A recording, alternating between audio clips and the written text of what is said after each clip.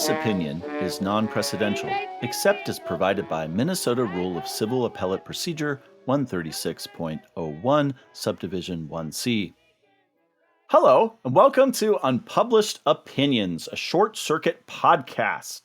Now, if you're wondering what's going on and you expect your short-circuit content, don't worry, that is going to remain on its regular schedule. This is an additional podcast we are putting out here at IJ's Center for Judicial Engagement, Unpublished Opinions. So we had our first podcast that was about a month ago, and we talked about, you guessed it, unpublished opinions, and also the changing composition on the Supreme Court. This month, we're not talking about unpublished opinions again, but we have other ideas that we'll get to about the legal universe. So this is a podcast where Institute for Justice attorneys talk about the wider world beyond just the federal courts of appeals. And joining me on this adventure is someone who you will remember, if you've never heard anything else other than the first episode of Unpublished Opinions, she will have a voice that's familiar to you. It is my colleague, Anya Bidwell. But also joining us this week is a familiar voice if you have listened to Short Circuit, especially some recent ones, but new to Unpublished Opinions, and that is IJ attorney Josh Windham. So welcome to both of you. Hey, Hello. Great to be here. So for those who don't know, my name is Anthony Sanders. I am the usual host of Short Circuit and the director of the Center for Judicial Engagement at the Institute for Justice. So where shall we begin this week? Anya, I believe you had some thoughts about cameras in the courtroom, specifically the most famous courtroom of them all. The United States Supreme Court courtroom. Mm-hmm. Before I go there, can I say something about unpublished opinions? If it's brief, I think our listeners Just might for a second. we might become kind of a one-trick pony on that. Just for a second, I just want to mention that in preparation for my oral argument in the Fifth Circuit last week, there were two incredibly awesome unpublished opinions. And it was really annoying to me that they were unpublished because they actually said the law and they were very good in saying that law. And it was, I still used them. Like I said, don't be deterred by the fact that they're unpublished, but still it's annoying. Like, it's such good stuff out there and they call it unpublished and a lot of lawyers don't use it. Did you so I didn't listen to the whole argument. Did you mention them and then the judges just rolled their eyes like that is unpublished? They rolled their eyes for a different reason because they actually disagreed with the panel. Okay. Just to add one thing to what you're saying, Anya, I had an experience last year where, to make a long story short, we had a victory on a motion to dismiss in the Pennsylvania Supreme Court in an economic liberty case in 2020. And then the case was remanded and we had a trial last year in an intermediate appellate court, the Pennsylvania Commonwealth Court, which is its own fun thing. Yeah. And after the trial, we got this sort of tour de force, ruling for us and vindicating the economic freedom of our client under the state constitution. And that trial court opinion was unpublished. We filed a motion to have it published. And, one of the standards for that is this is an issue of jurisprudential significance to the state. And our argument was, well, the state Supreme Court decision in this case, announced a standard of review for economic regulations that's being applied for the first time to an occupational licensing law in this trial court decision, right? Yeah. And so our thought is this is a good example for other courts to follow. No explanation, denial, we're not going to publish it. And yet the Commonwealth Court within the last year has cited the opinion, the trial court decision, multiple times in similar challenges, right? So I don't see why they wouldn't publish it if they're willing to cite it and rely on it for exactly the reason we said they should. Maybe they're trying to save on paper. Or, that must be it. Work. I think work is probably more likely. Anyway, I know we have more important topics to get to. Very like important. Juliana Kagan's hair. So is that why you think they don't have cameras? That's really interesting. I totally agree with the justices. And it seems to me that at this point, all of them are opposed to cameras in the courtrooms, although some of them evolved on the issue. But yes, Yelena Kagan comes to my mind because she provided two best reasons. The first one is that she'd have to do her hair every time, and that's really, really, come on, man. And then the second reason is that quantum physics phenomenon, the observer effect, right? She basically said, when you have cameras in the courtroom, even if you don't intend to change, you are still going to change without even realizing it, right? So when the object is being observed, it essentially changes its composition. So she's saying if cameras are observing us, I wish you listeners saw the faces of Anthony and Josh right now. I'm so sorry, Justice Kagan. You're not an atomic particle. You're a human being with free will. Well, I mean, she might have a point, but like almost every state Supreme Court has done this.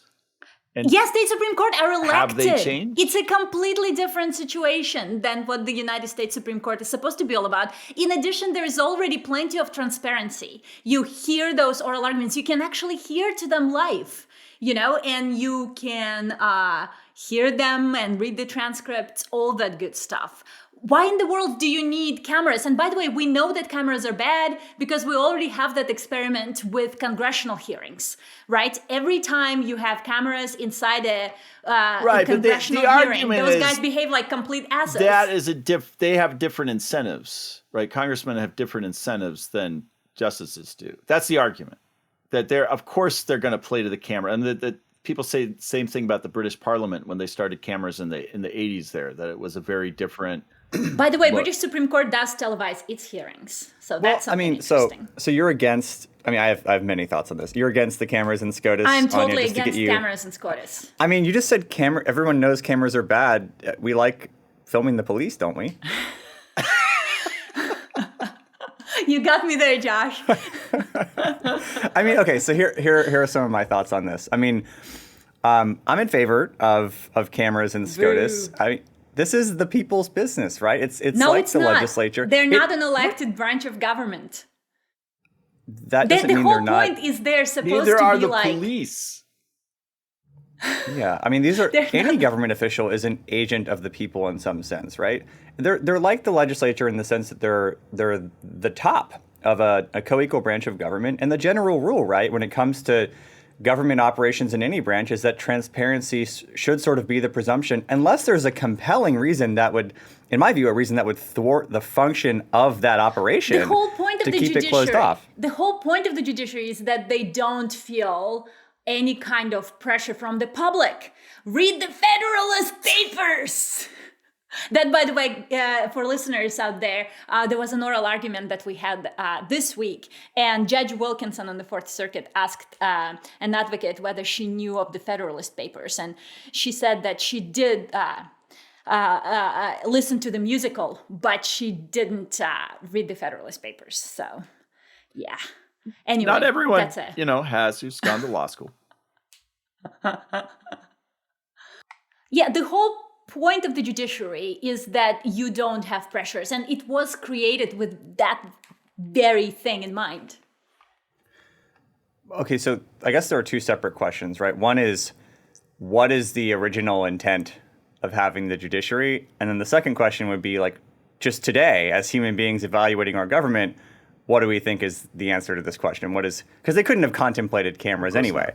They had open court. Hey, there are transcripts available, you guys. And there is audio available. It's not like the Supreme Court is like shrouded in mystery. Well, that's actually like, that's like sort of my point though, right? Like what is being lost? What is the risk if you already have transcripts, right? So you already have people who are in the court who are able to report on arguments. You have transcripts and you have live stream now. You audio. have live stream, yes. So what's being lost if you add video?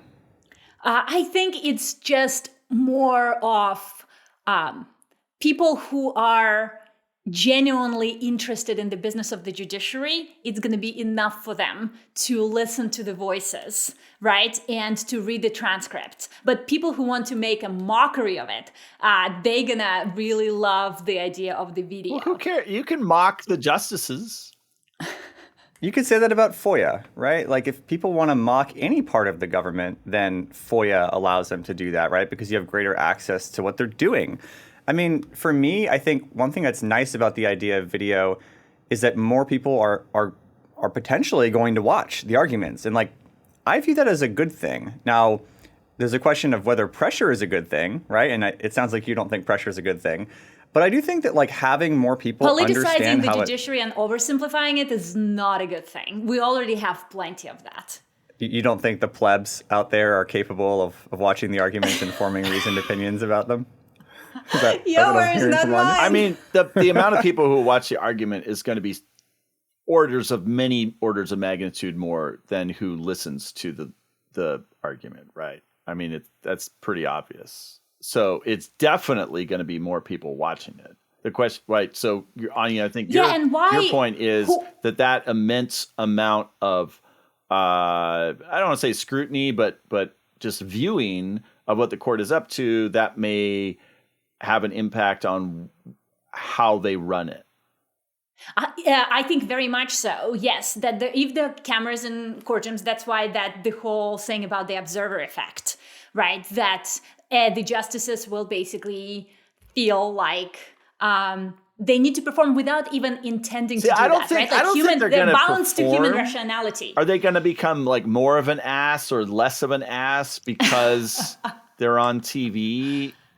I think that there's a possibility that it actually becomes more professional. Like there are certain justices who I will not name who have a tendency to make speeches from the bench right now, and I think that if there were more people watching, maybe there's more of that. But there's also a possibility that maybe there's less of that. What did congressional hearings teach us? Did you hear the Merrick Garland hearings yesterday? But Anya, those people can get elected, right? Those people. There's value in giving speeches because you can get elected if you give a good speech. Like judges aren't elected.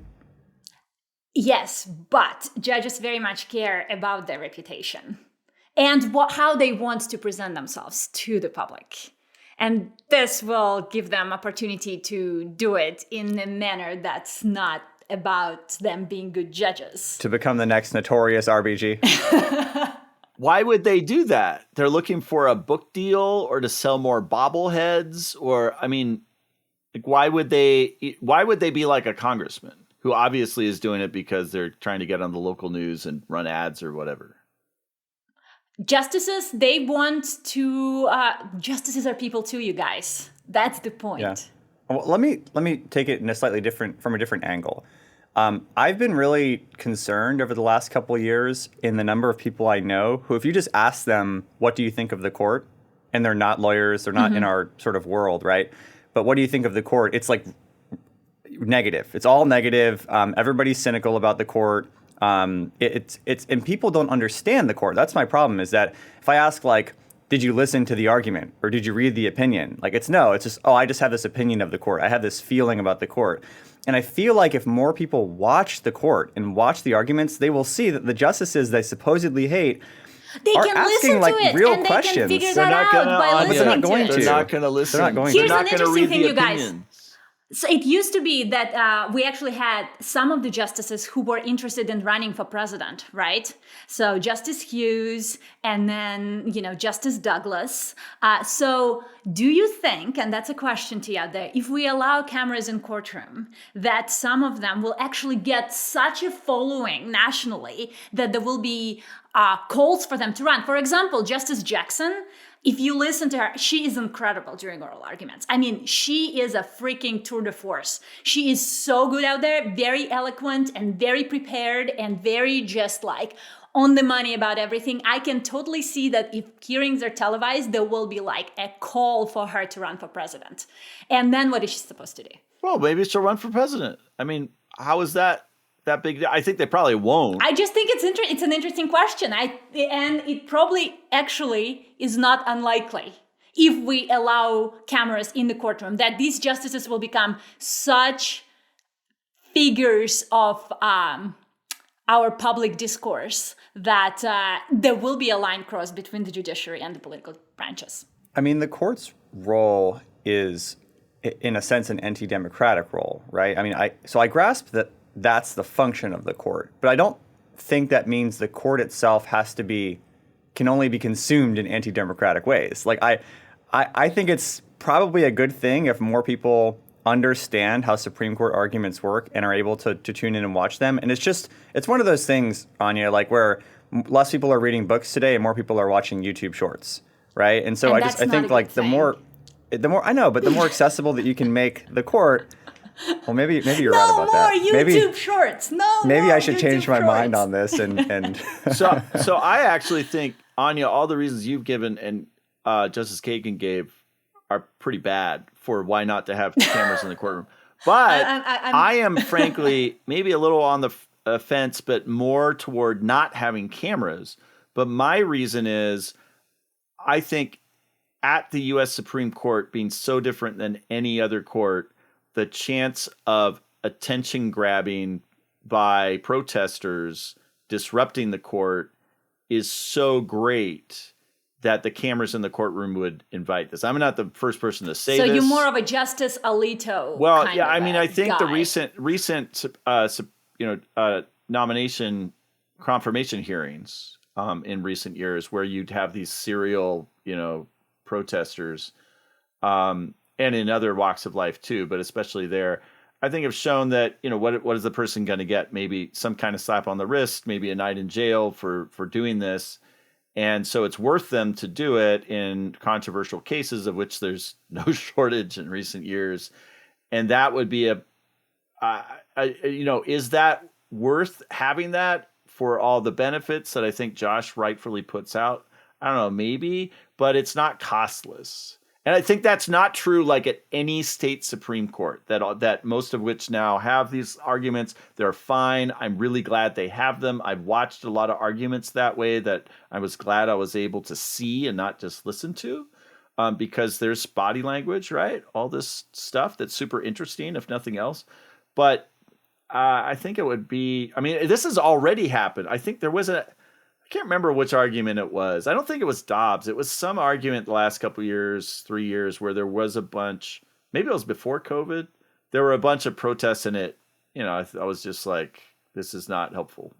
Of course. Yeah, like this term we have a big gun case coming up, right? Rahimi out of the Fifth Circuit. You could see how, the controversy would be even more amplified. Yeah, and in this day and age, like I was watching U.S. Open not long ago, a couple weeks ago, and there were those protesters who glued themselves to the floor. Someone could bring in some glue to the U.S. Supreme Court, and we'd have stop argument for 2 hours for that. Again, is it worth a trade-off? I don't know. That's the whole point, though. The judiciary is supposed to be relatively free to the extent possible from those kind of political pressures. Anya, if we had a situation where the question was not should we have cameras, but should the justices just hear cases like in Gillette Stadium, right? Like in a football stadium, and then there's an audience, and like we've got like a Roman theater aspect of it. Like that to me would be a better argument, or even something like the legislature, like Congress, where there's actually like you can have spectators and stuff like that. But it's not really like that. You've got a small room of lawyers. It's pretty private, and the cameras just democratize it a bit. And I don't see a problem with that. And just maybe I'll propose one thing. So I started off by saying that I think a presumption should apply, a presumption of transparency. Like, let me propose a test. Which already is there. Transparency is there. Right. Well, so I think the presumption should be in favor of like maximum transparency. Maximum transparency for any government official or government operation, unless somebody can come in and say, you know what? Transparency in this situation would actually thwart the function of the agency or the part of government. And so you're saying maybe that's happening. So then you're doing a case-by-case basis? That's, Well, I think that generally speaking, exceptions to that rule would be pretty few and far between. Like we have parts of the executive branch that you're not going to be privy to because national security is involved, and like so it's essentially the same thing as with congressional hearings. There are huge amounts that even libertarian me, do not want transparent. Like, do we want deliberations of the justices to just be broadcast? Oh yeah, let's make it a reality TV show. Why the heck not? There was right. Then we can just go back into their conference room and be right there. So there was a controversy a number of years ago in state. I know this because it's the state I clerked in, Montana, where there were certain members of the court, because of Montana, the way the Montana Constitution is written, who said they should have their deliberations open to the public. Like someone should be able to come in there and watch them. And the other justices were like, you freaking nuts. No, I don't like that. That's where I draw the line. There's a lot with there's a balance here, right? Like a lot of a congressional when Congress is making the sausage, if all that is out in the open, all that does is push some of this deals that need to happen into further into the shadows. And so what does the public actually gain for that? I'm not saying that they should be closed, sessions, but there's some kind of balance there. So, well, another thing other that judges do other than play for the cameras is they read briefs. What is the controversy about reading briefs? Josh? I'm not sure if there's a controversy so much as when we were thinking of what we wanted to talk about today, I was complaining.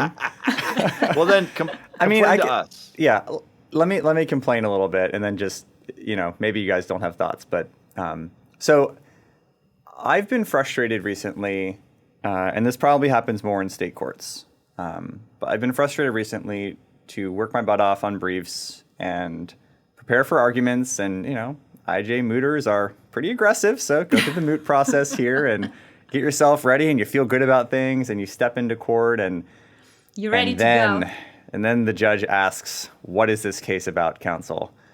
I didn't have time to read the briefs, and wow, that's pretty disheartening. Well, it doesn't mean it's a letdown. They won't read them later.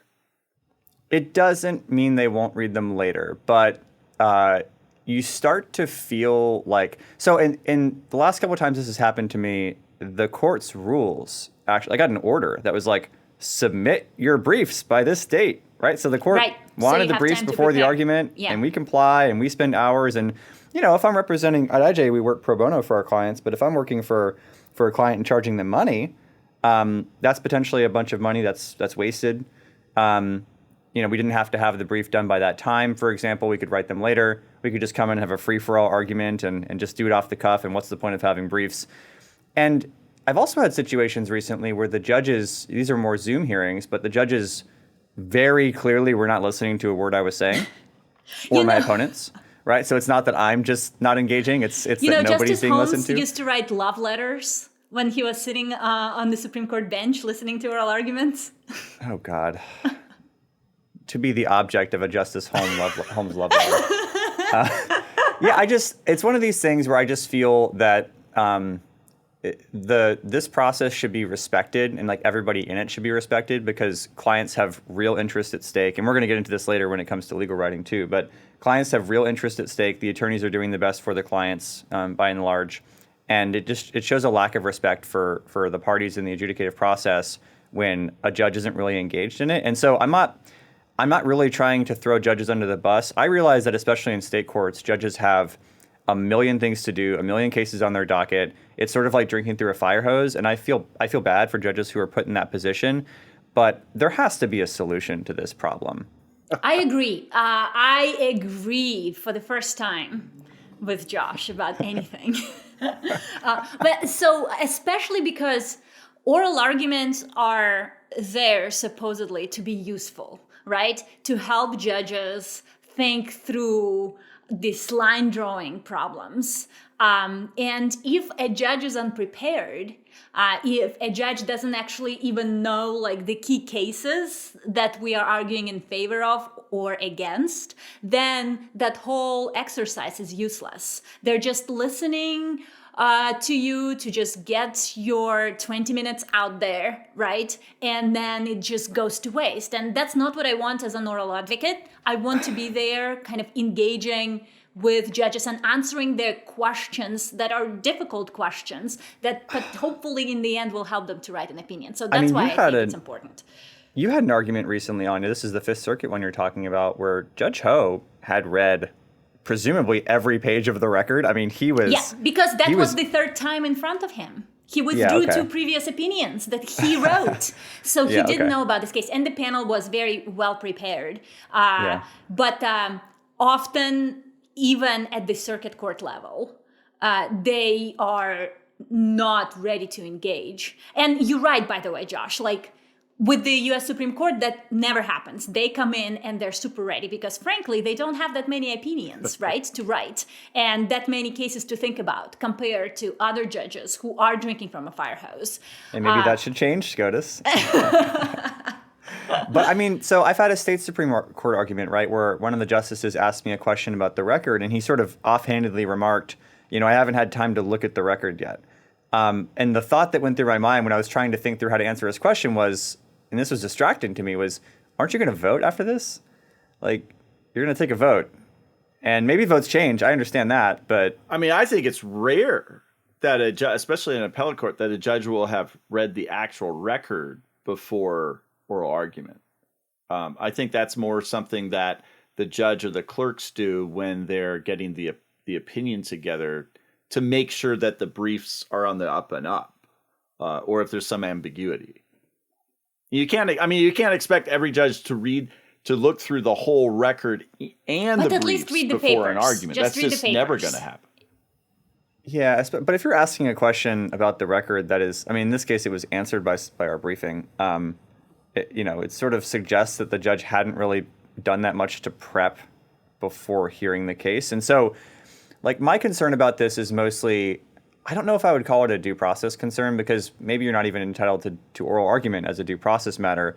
But, the way it works in briefing, typically, right, is that somebody, say you're in an appeal, and somebody presents their opening brief. And so there are the issues presented, right?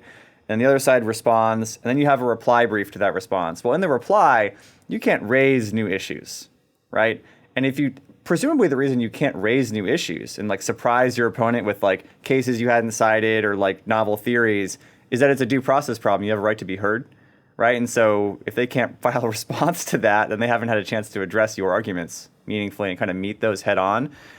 And I guess my concern about judges not engaging with briefs or arguments is that if it hasn't really been done fully before your case is decided, that's a due process problem.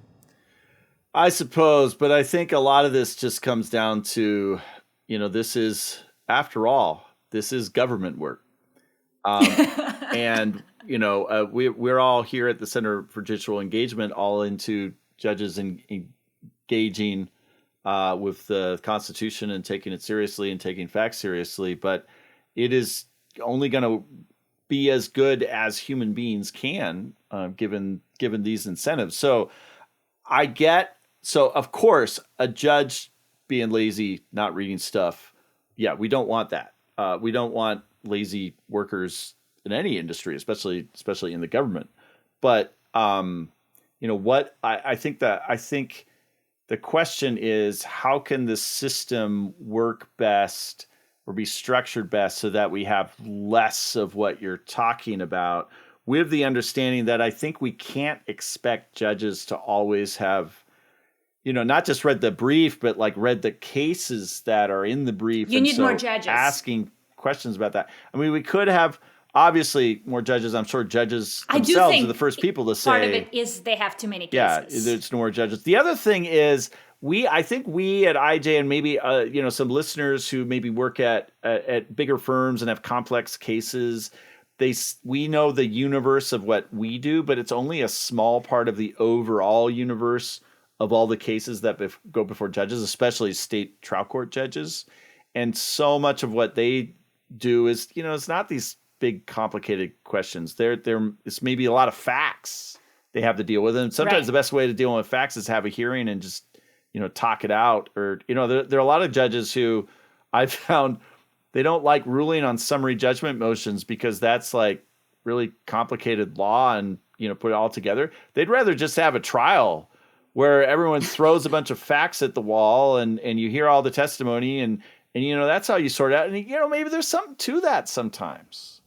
I mean, that was actually the example that's front of mind for me is one where we were arguing a summary judgment hearing, and the judge ended it sort of by saying, "I think there should be a trial here."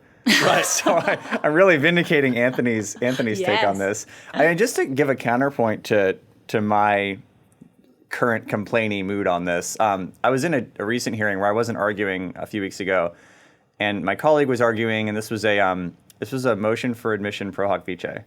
And the government actually opposed the motion, which is like pretty, usually it's like pro you don't forma. hear People about that agree to very them. often. It's a little bit, it's odd, to say the least, for somebody to oppose a pro hoc motion. And so there was a hearing on this in state trial court. And the judge was a really new judge, a recent practitioner in that area. And he very clearly had never dealt with this sort of motion before, and maybe didn't even know what pro hoc vice was in kind of a familiar way. Maybe he'd heard of it. But so what he asked the parties to do is like, tell me the rule. I'll pull it up. I'll read it front to back. Tell me your best cases. I'll read them right here, and I'll just sit here and read them. And then he did that, and he came away with a very sober, like, all right, you've given me your cases. I've read them. We're on the record. We're all here. And here's my view of things. And there's a way in which that was better because he engaged with all the relevant authority. It just took forever. So, right? Josh, you had an experience with Texas State District Court in Texas, right? I've been there. Yeah, and they have a rotating docket. Yeah. Right, which is even crazier, where you don't even have the same judge every time you have a motion. So a judge might just show up and like, I haven't dealt with this case before. What are we talking about? So that to me is really, if something needs to improve, it's like in that area. So in state courts, judges should have maybe assigned cases, or at least for certain types of cases. I mean, one thing that I find interesting is that you have like these like specialty courts, like business court and family court and stuff like that. And maybe if we had, I'm not sure that we need more of that, but maybe if cases involving constitutional questions weren't put in the same pipeline as like, disputes over contracts and like all sorts of other stuff that maybe clog up the system that doesn't mean that those cases aren't important. Of course they are. But I wonder if there's a way of having constitutional cases kind of get a pipeline where judges who are more experienced in that are able to actually deal with them. Well, and that happens sometimes. Like right in Pennsylvania, the Commonwealth Court system is a little bit of that, at least in some constitutional cases. And I've been frustrated in my practice with like state court systems that involve 3-judge panels, and I know there's like something similar in federal courts for certain types of challenges. And those can be frustrating procedurally, but it's great because once you get there, a 3-judge trial court panel is like, we're all here for a special reason. We've all read the briefing. We know we're dealing with like a weighty constitutional question, and so we're all kind of taking this really seriously. Another thing to keep in mind with all these different ways that they structure state courts is a lot of it, right, is geared towards making it easier for parties to settle. And, the mediation track that a lot of people get on, that the lawyers listening who will be very familiar with in many cases. So we're thinking of the system as it is to answer weighty questions and then get up on appeal.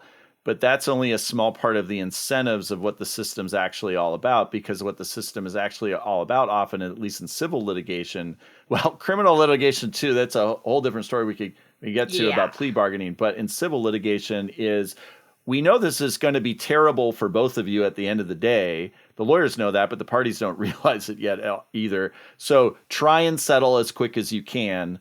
And maybe if you have judges who haven't read the briefs that often, that might actually force parties to settle. Well, that's I will tell you, plan of an ingenious design. We're lazy for a reason. Well, I will tell you that, Anthony, you keep coming up with examples or comments that like really track with this recent experience of mine. So the summary judgment hearing that I mentioned, we thought, so it's pretty difficult to get a trial court hearing in South Carolina State Court. It's just hard to get on the calendar. And we finally got a hearing for our summary judgment motion, and it's over Zoom. And we're like, okay, that's fine. We'll talk to the judge over Zoom. And we get there, and it's a Zoom cattle call, which I was depressed by, right? Because I thought we were having a special hearing all for us, and the judge is going to be ready to How many moots dig into did you do for this one? How many moots? Probably 3 or 4. Wow. Yeah. And you're on a cattle call. Yeah, we're on a cattle call, right? And so the judge, he's rolling through the list of cases that day, and for each set of attorneys that are called for the case, he says, "Have you guys tried to work it out?" Right? And so when it comes around to us, I say, Your Honor, we've disagreed about the constitutionality of this law for like 7 years. No, we haven't tried to work it out, but there's actually not a way we can work it out. And the judge says, all right, why don't you hop offline and talk and see if you can come up with a solution and then come back in. So you're right. It is designed to kind of promote the settlement process. And for cases like, at least like the ones that IJ litigates, it's just, it's like square peg, round hole. Right. Yeah. Well, can we talk about legal writing? yeah. So before we go to legal writing, can I just say one thing, which is, why in the world does it take years sometimes for a court of appeals to issue an opinion? And then it's a crappy opinion. they have a lot of work to do.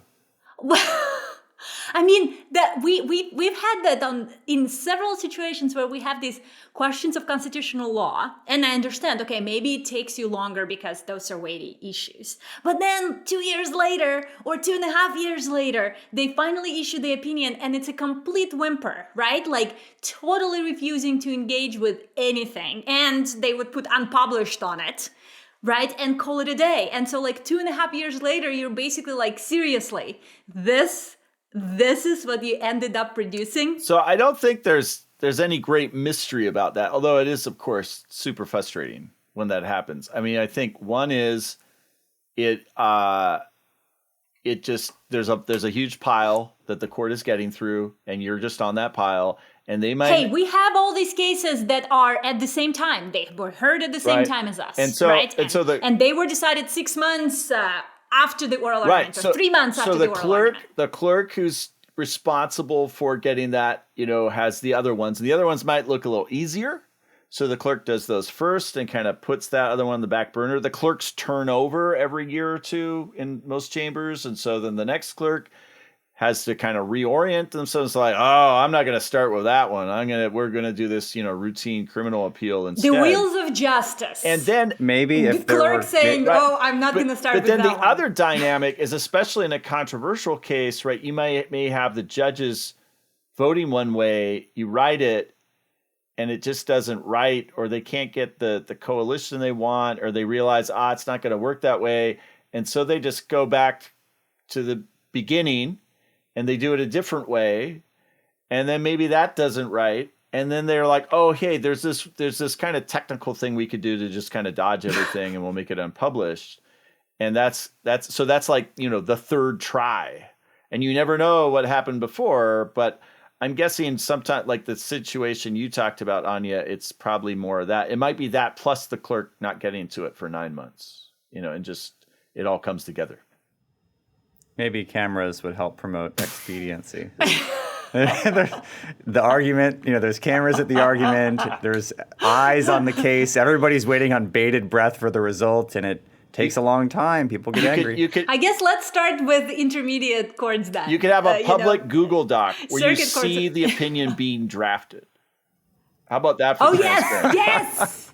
Yes, let's do that. How many different pop culture references? We're getting ahead of ourselves, but how many different pop culture references did they try and take out before they landed on using the one they landed on? And actually, can we please talk about legal writing now? So we yes, that's a great transition. So pop culture references in legal writing. We did actually, it's a couple years ago now. We did a short circuit about judges putting too many pop culture references in their writing, and we had our friend Fifth Circuit extraordinaire Rafi from many of you know from Twitter on to talk about that issue. But Josh, you're kind of older than you look on this issue, you might say. I mean, you have a boyish face, but you seem to have what's with all these kids these days? Well, except he's for cameras. That's right. I've seesawed on this question of sort of how casual legal writing should be. Just to give you a quick summary of the trajectory here. So out of law school, I think probably most new lawyers, I wrote folks who just learned the CRAC method, right? So dry, kind of jargony, formalistic. And over time, I was exposed to more and more engaged and stylistic legal writing, and I sort of got the courage to break free from that kind of learned constraint and try more stylistic writing and develop, my own voice. And at the same time, I was noticing that judges were starting to adopt this like more casual approach to opinion writing. So, like Willett and Gorsuch, and you started to see more contractions in cases. Kagan is openly for contractions, so. She's openly for or opposed?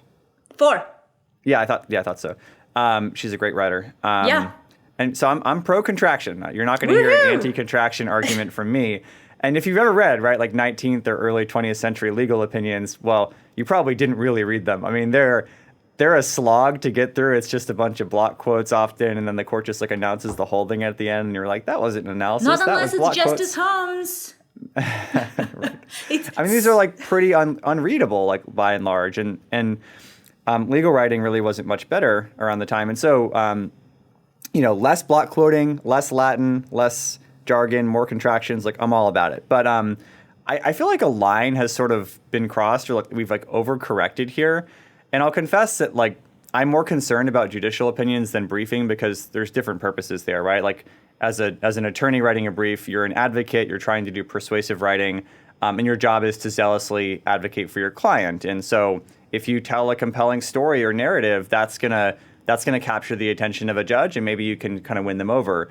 But a judge doesn't have that role, right? Their goal is to be objective, impartial, and to kind of clear. lay down a clear legal rule based on like an accurate recitation of the facts. And so I'll just quote really quickly from a law review article that I found really interesting and thoughtful on this, and maybe we can link it in the show notes, but it's from somebody named Nina Varsava. It's called Professional Responsibility and Judicial Opinions in the Houston Law Review from 2021. And there's a lot to like about the piece, but here's a part from the introduction. She says, judges should not aim to write engaging or aesthetically appealing opinions, nor should they express their own personalities in their opinions or write with their own distinct voices.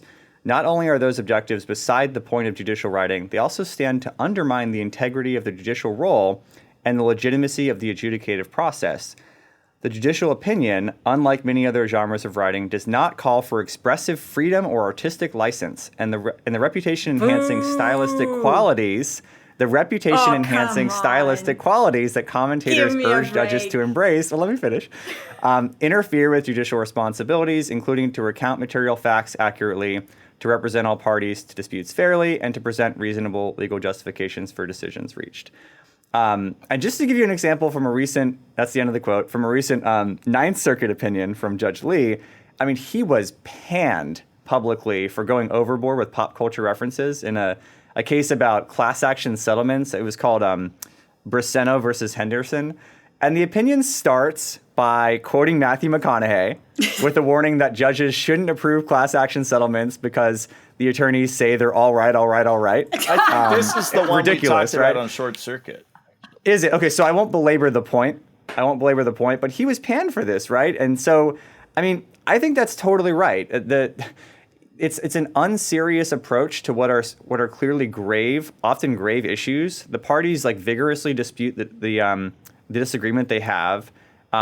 Properties at stake, contracts are at stake, estates are at stake. In our cases, people's constitutional rights are at stake. And I was sort of set off on this recently because a Texas appellate court quoted the Sesame Street at me, which I was like, this is enough. Like, this is too much for me. I can't bear it anymore. And part of why I can't bear it is that like my clients they're doctors who want to help their patients. What was the quote from Sesame Street though? Two heads are better than one. Yeah. It was an argument about how additional regulation on their ability to provide medicine for their patients was like an extra kind of safeguard, and two heads are better than one, basically. So that's my soapbox. I think, generally speaking, making legal writing more accessible and legal opinions more accessible is a good thing. I don't want to go back to like the 19th century version of this, but I also think that when we're quoting pop culture constantly, we've like crossed a line. So the article that you quoted though, right? She's not talking about pop culture. She is just talking about like sucking all the life out of the opinions, and that's different, right? I don't think that it's mutually exclusive to write an opinion, like unless you write an opinion that reads like a statute. essentially, then it's not an opinion. I think it's wonderful. Like Justice Scalia used to say, he wrote his dissents for, law students, because he understood actually that it's much easier to engage with an opinion if it's well written. So I agree. In terms of references to pop culture, sometimes it could be too much and frankly often disrespectful to the gravity of the circumstances. But what she's talking about, she's basically saying that writing an lively opinion, right, and using your personality in it somehow will make it less of a clear legal opinion that will help litigants going forward. I don't think that's true. I actually think that those kind of opinions make it more, perhaps even easier to digest the rule that's being laid out. Yeah, I mean, I generally agree. I like the trend of opinions becoming more accessible, and even judges. I like judges having their own voice. I think that her concerns, and she goes into this more in the article, have to do with incentives that you can sort of like become a judicial superstar. We're going to cameras. We're going back to cameras. I know we are going back to cameras in a sense, but her concern is that like if judges have license to kind of write like they're trying to win a poetry contest, they're thinking about and focusing on the wrong things when they're writing their opinions. They're sacrificing sometimes the appearance of impartiality. I mean, there are a bunch of opinions quoted in this article where she gives examples of judges sort of speaking with a bit of disdain towards parties, right? Because they're given that creative license, and you can tell that they have disdain for certain parties, people in certain demographics, that kind of thing. And so that rubs me the wrong way too. But to your example about statutes, I mean, she mentions that in the piece too, and that's an interesting point because so Scalia says we should be writing our opinions to be engaging, but no one writes statutes to be engaging. So what's the difference? The difference is legal opinions are not statutes, as we've said on Short Circuit many times. But they serve some similar functions, right? They're announcing what the law is. They should try to be clear about that, right? So there are some similarities, and so I think statutes are often written poorly. I think statutes should be written in a more accessible way. So maybe there's a middle ground here. And I'm not trying to be like the stick in the mud. I think that generally the trend... Don't suck the life out of the opinions, man. Come on, no, the life of a lawyer is hard enough. I agree with that. I just... it brings great joy to actually read an interesting legal opinion. I agree with you, for sure. I think what I'm concerned with are judges focusing on thinking about the wrong things and focusing on the wrong incentives when they're writing opinions. Like, how can this opinion go viral? Therefore, no cameras in courtrooms. I don't know, Anthony, what do you think?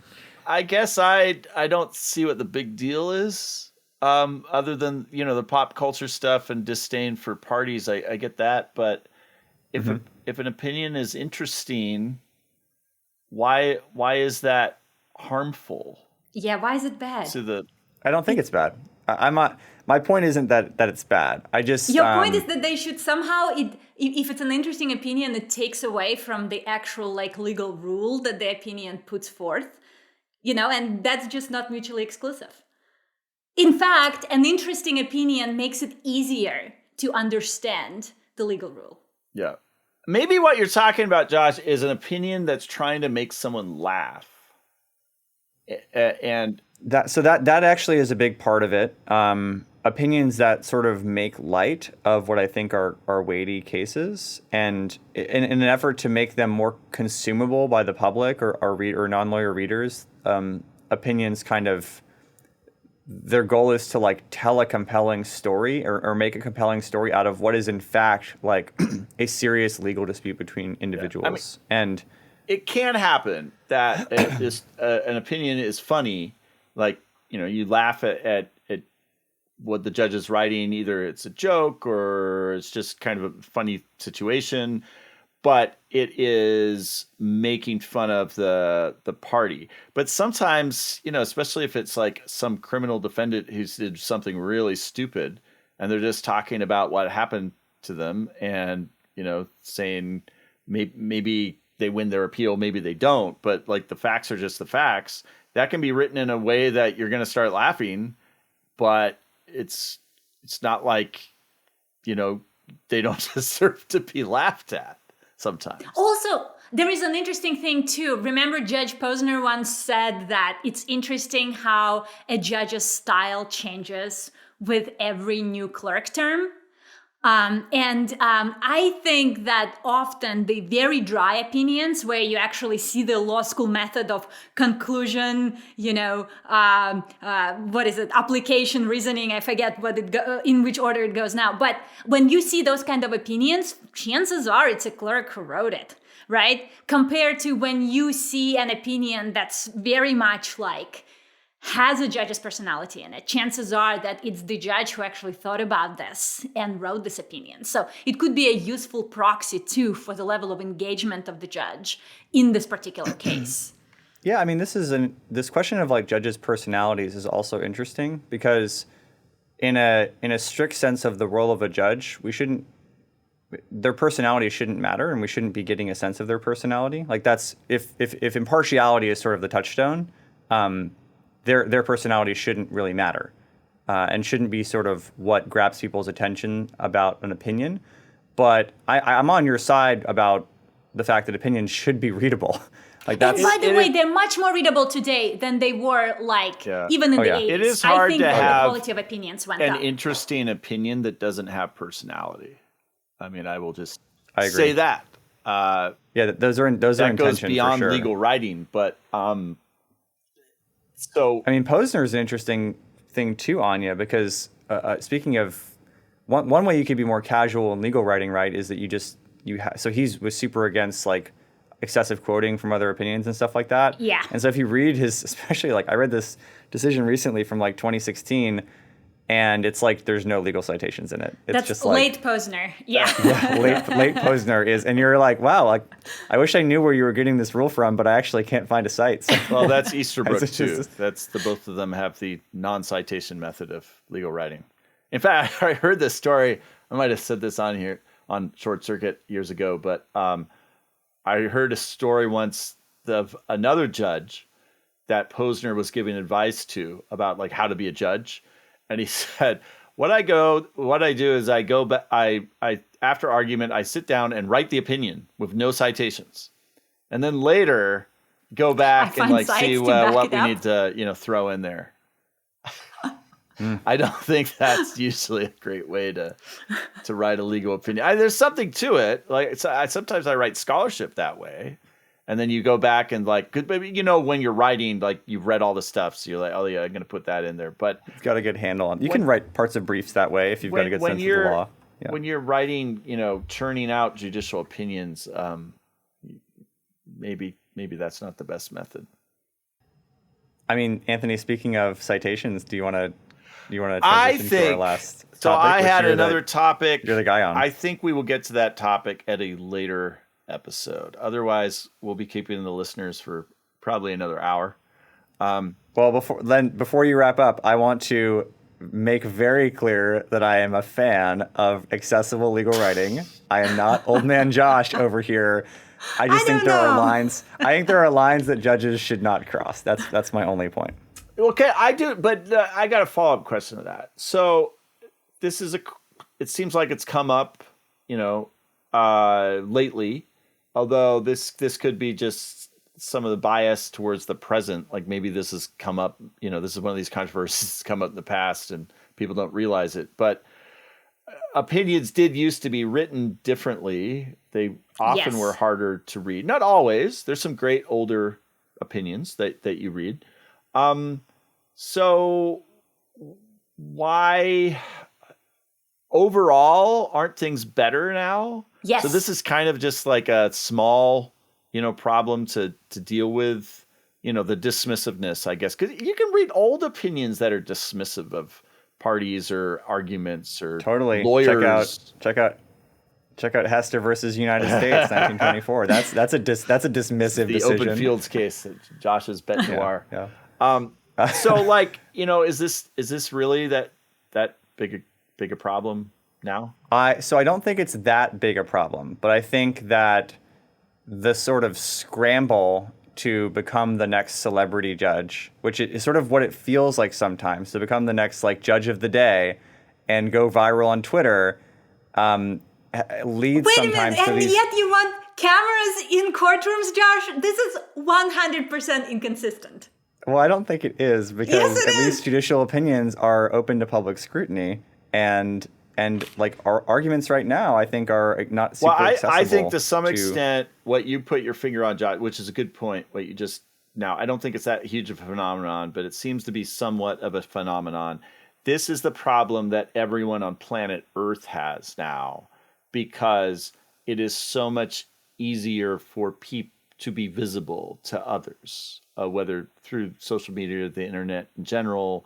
And so if you were a judge in like the 1930s, you know, you might get written about in the newspaper, you run into people at a bar association event, or, you know, you bump into people in person, but your judicial opinions would not get broadcasts in the same way. Of course, everything else is being broadcast. So, you know, people think I'm on social media, I'm seen by everyone. Well, no, because everyone else is on social media and being seen by everyone. So the net effect is, it isn't that much different, but it seems like it's different, right? It seems like, wow, everyone's going to pick up this juicy quote that I throw in there. And that probably does have an impact on how judges carry themselves, just like it has an impact on everyone in culture. And I guess that is something maybe that they should keep in mind. I do think, though, that the quality of opinions improved substantially. And, you know, even in circuit courts, in the United States Supreme Court, where they are putting much more focus on clarity and ease of access. I think they think about their audience, not necessarily in the way of, oh, this audience is going to find this quote really compelling, but more, what can I say? How can I say it in a way that a reasonable human being will understand what I'm saying? And I think that maybe is a function of them realizing that now these opinions are very easily accessible online, so anybody can get a hold of them. And that's a good thing. And they should take this as an opportunity to explain themselves. So I got a clearly. theory on this that I've thought about for a while, because I was thinking, Josh, what you mentioned, a lot of older opinions will be, especially in constitutional cases, will be all these block quotes from like the ALR or other states. You just don't see that kind of opinion written much anymore. I wonder if it's simply down to technology. So with the word processor, you can put that opinion together in a very different way than the old, like often literal cut and paste and retype and rewrite that you would have before word processors, even with typewriters. And it was a much more pain in the butt to put the opinion together. And so you would say, okay, we're going to put this block here, block here, block here, and then we're going to have it. It's not that, you know, legal reasoning didn't happen back then in any way. It's just that it was put together differently. And another way to think about this is the old, well, it's not old, but the tradition of seriatim opinions that they have in the English system that we kind of have today. Well, so the seriatim opinions is when you have different judges giving opinions in the same case, and you kind of add them up for what the rule in the case is. But there's also, you know, just ruling from the bench. In some ways, it's kind of a way of ruling from the bench, because often they are delivered from the bench, seriatim opinions. And when a judge does an opinion from the bench, it's kind of, it has a different feel to it. And sometimes I think I kind of like opinions that were delivered from the bench, because the judge is delivering them a different way than if you put pen to paper.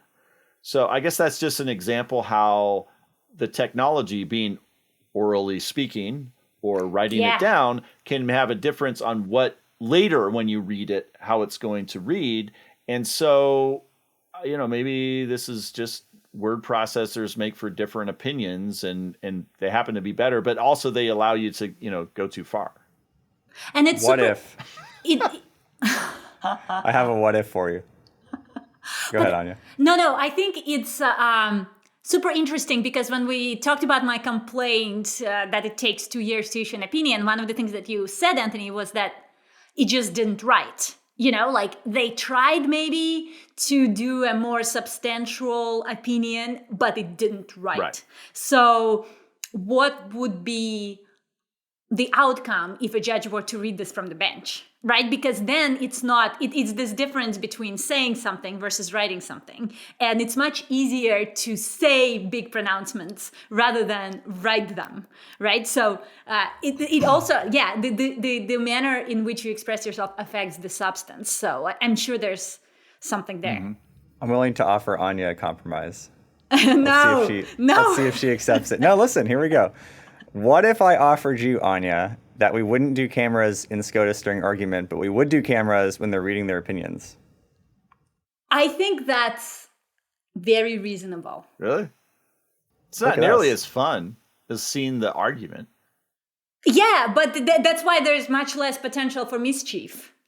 You just read it. Well, that's true because it's already been done. Yeah, I would have I would have way less objection to that. Yep. Virtual handshake. All right. Great. Well, I hope you all have enjoyed these unpublished opinions, which will remain unpublished other than putting them in on the internet for all of you to listen to. We will have another episode at a later time, but until then, that's just like your unpublished opinion, man.